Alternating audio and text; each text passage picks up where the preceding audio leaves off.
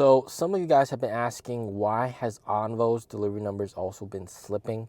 So we're going to address that. Also, there's some new controversy with ONVO here in China that the management has responded to. So that I guess really needs some clarification to what this is all about.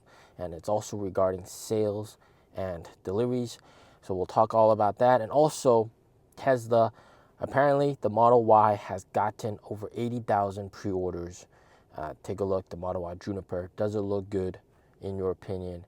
Personally, I would still choose an ONVO for the battery swap and the service over a Model Y, but a lot of people here in China still have that mentality that international brands have better products than made in China. So, my family-in-law also shares that same opinion. They were really against me purchasing a NIO, and they kind of cussed me for purchasing a NIO, and they just don't understand, right? So there's still that mentality that international stuff is the best stuff in the world. American stuff is the best stuff in the world. Here in China, yeah. But what do you guys think about the design of the Model Y? Let me know in the comments down below. So last week we got insurance registrations. We talked about how NIO's deliveries were slipping because of product refresh. They haven't had a new product since the launch of the EC6, the new NT 2.0 EC6 in September of 2023. So it's been quite a while, no new products on the NIO brand. And of course, people are waiting for the NT 2.5 NIOs and NT 3.0 NIOs. So it is what it is, right? But some of you guys asking, okay, so if NIO's doing a product refresh, what about ONVO? Why is ONVO's sales slipping? Well, what happened? So it went from 2,300 2 weeks ago to 1,800 last week, insurance registrations. Some people were worried that the backlog is depleted. No, that is absolutely not the case. They have still a lot of backlog. What happened was the fact that last year, okay, in December, a lot of people wanted to take delivery of their cars before the end of the year for certain incentives from the government, etc., subsidies from the government. So what ONVO did was they also sold inventory cars, so this showroom cars, test drive cars, so that people can take delivery of the car before the end of the year, and that boosted, the weekly insurance registration numbers. But of course, it's not a thing that they're going to keep on doing, right? With the start of the new year, of course, they're not going to keep on selling the test drive cars and showroom cars.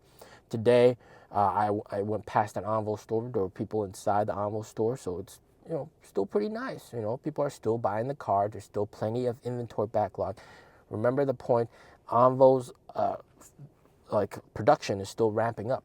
Right? They haven't ramped up to the most efficient amount of cars that they can produce per week. It's still in the ramp-up phase. Okay, so keep that in mind. So that's why insurance registrations seem to have gone down, and it's giving the illusion that things are going downhill, but actually it's not. Okay, with ONVO, it's just because they sold some inventory cars before. Okay, all right. Now moving on to the controversy. Okay, what is this controversy about? And it's also with deliveries, and management has responded to this, and so that sort of gives a clearer picture of what this is all about.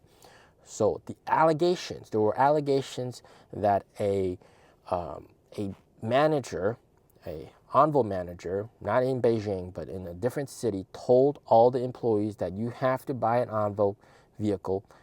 As a sales rep, you have to buy an ONVO vehicle, otherwise you're going to get fired. That's a very stupid rule to impose, obviously, right? You can't force the sales rep to buy your own vehicle. What if they can't afford it, right? What if they already have a vehicle, right? Obviously, ONVO does have their own internal policies for their employees, so you can get a slight discount when an ONVO employee buys an ONVO L60. Of course, there's discounts like that, but you can't force an employee to buy your own car. So clearly, this had no merit to it, and but this went viral here in China. Right? There were messages being shared all over China, talking about how ONVO now requires employees to buy their cars, otherwise they get fired. So you can see how things have blown up, right? So this is very stupid. And then management, of course, came out and responded to this. Tsinghua, he said, there's no such thing as this. They're not forcing employees to buy their car. Obviously, they would want their employees to buy their car, and they have incentive policies to allow them to buy their cars, but they don't enforce this.